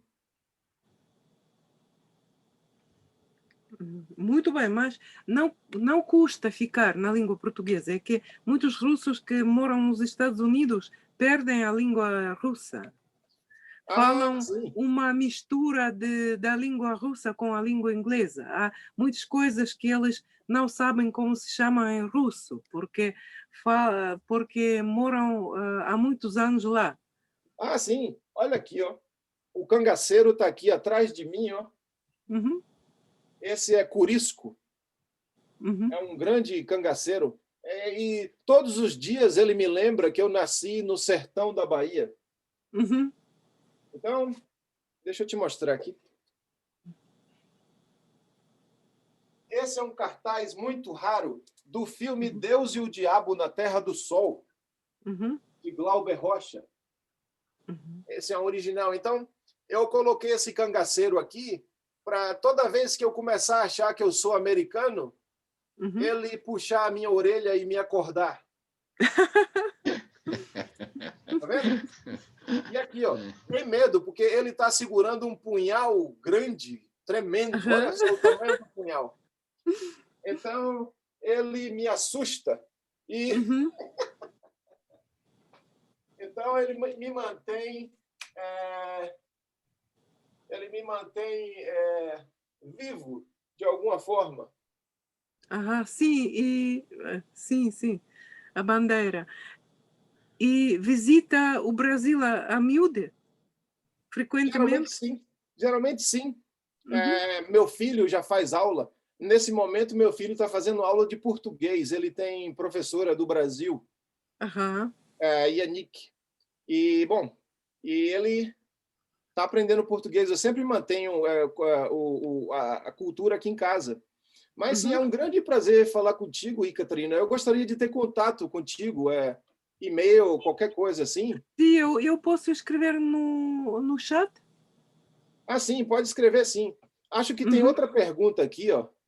Uhum. Sim, temos uma pergunta a agradecer ao Centro Cultural, aos professores Andrei Silina e Andrei Tokarev e ao poeta Narlan. Acredito ser um marco histórico para a língua portuguesa. Uma pergunta ao Narlan: por que fazer poesia? Grato. Ah, nossa, acho que eu preciso de uma semana para responder essa pergunta, mas acho que eu tenho alguns segundos. Eu acho que hoje eu faço poesia para continuar vivo, para manter a minha sanidade mental em um mundo que cada vez se torna mais louco, mais surreal, não? Acho que a poesia, Márcio, é uma maneira de manter a minha sanidade mental, não é? Talvez manter as coisas em ordem. Hoje, nesse momento, eu acho que eu faço poesia por isso.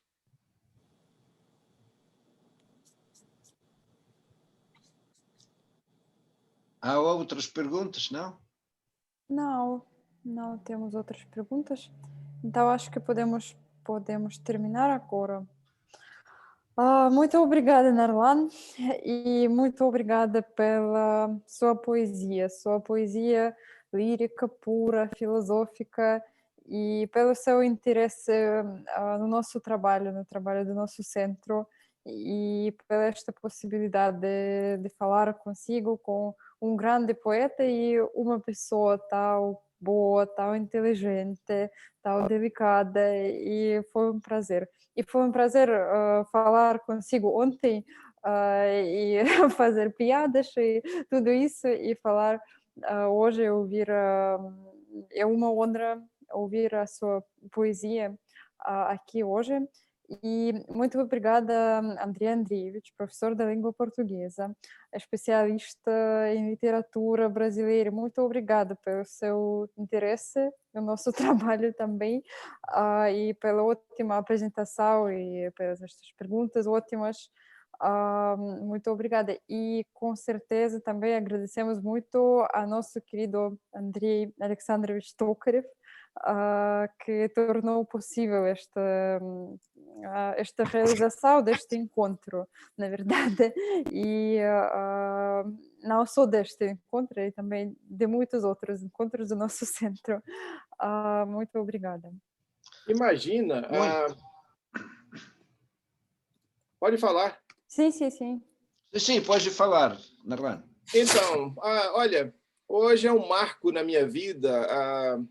Eu nunca imaginei que um dia a terra de Yevgeny Yevtushenko faria algo tão lindo, tão emocionante, envolvendo a minha obra e tudo. E como eu falei para vocês, eu sempre tive um respeito muito grande desde que eu descobri a obra de Yevtushenko, e através dele outros grandes poetas russos, Mayakovsky, por exemplo.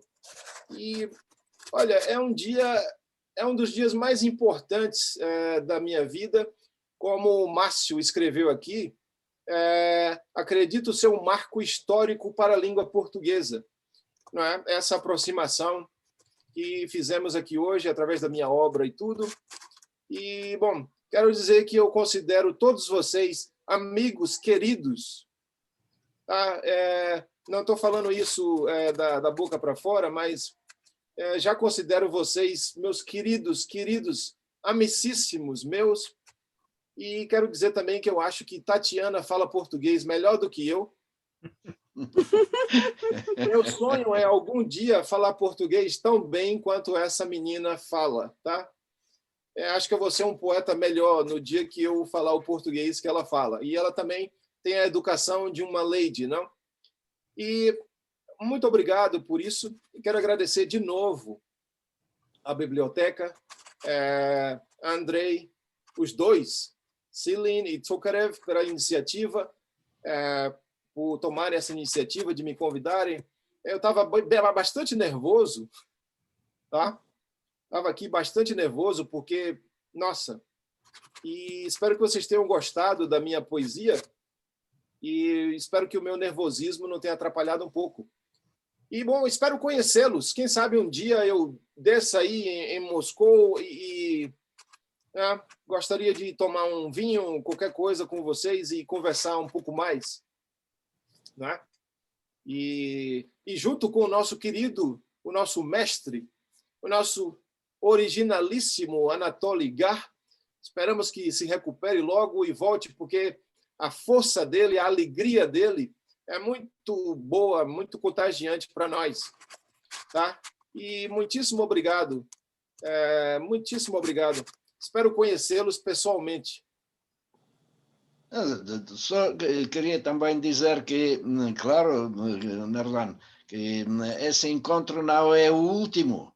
Vamos ver outros encontros e em vivo podemos vê-los, ver-te e nesse caso vais ter muitas perguntas porque online, sabes, nem todos podem fazer perguntas, por isso. E em próximos encontros, nós também podemos ver muita gente interessada em conhecer profundamente a literatura, a poesia brasileira e conhecer melhor a tua obra. E claro que tomaremos vinho, obrigatoriamente, e a vodka também. E cachaça. Para festejar esses encontros. Mas só quero fazer votos de muitos êxitos no teu trabalho de poeta e no teu trabalho como professor. E, em primeiro lugar, muito boa saúde a ti, à tua família e até a próxima, até os próximos encontros. Obrigado, amigo. É uma emoção muito grande, realmente. E, bom, aguardo os próximos. Amigos, e também queria acrescentar, se me permitem, eu sei que dentro de alguns minutos vão encerrar a biblioteca e a nossa anfitriã Tatiana corre o risco de ficar até amanhã. Até segunda-feira. Até segunda-feira. Mas não posso não dizer que, primeiro, agradecer, claro, o nosso convidado, o nosso amigo agora, Nerlan Matos, agradecer por sua amável presença e apresentação e graças a este encontro eu acho que o nosso centro continua a desempenhar o grandíssimo papel de um dos centros dos contactos culturais com o mundo lusófono. Importante para nossos ouvintes, o público russo que gostaria de saber mais sobre a cultura brasileira, cultura lusófona, e eu tenho certeza que este encontro é um dos primeiros passos e vai continuar o nosso trabalho neste ambiente de amizade. Não são palavras, simplesmente palavras, mas é a nossa ideia deste centro. E talvez o nosso amigo Daniel Matos pudesse mais tarde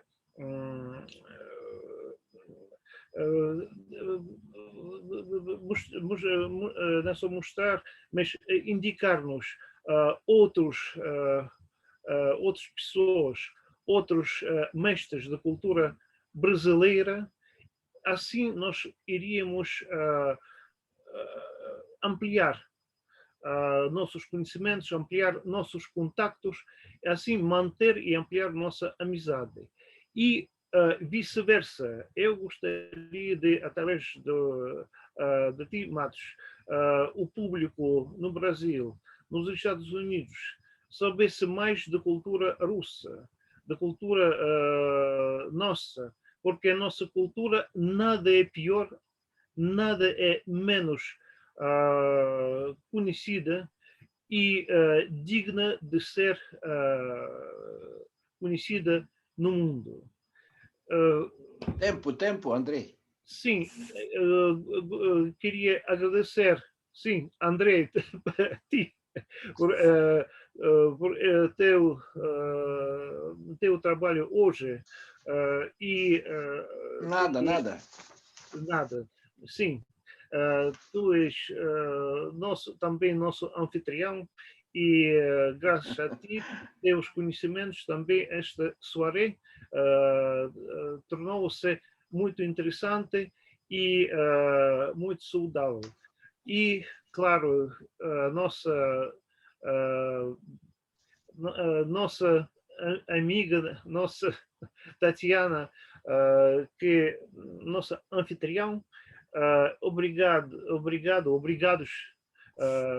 para ti, que organizou muito bem esta atividade. Esta atividade não é primeira, mas como outras atividades de Tatiana e o Grafa, são muito bons organizadores de tais atividades culturais que são muito importantes para nós. Obrigado. Muito obrigada. De novo, muito obrigada a todos e até a próxima. Não. Sim, até a próxima. Спасибо. Bom fim da semana. Спасибо. Пожалуйста, дорогой. Спасибо. Пожалуйста.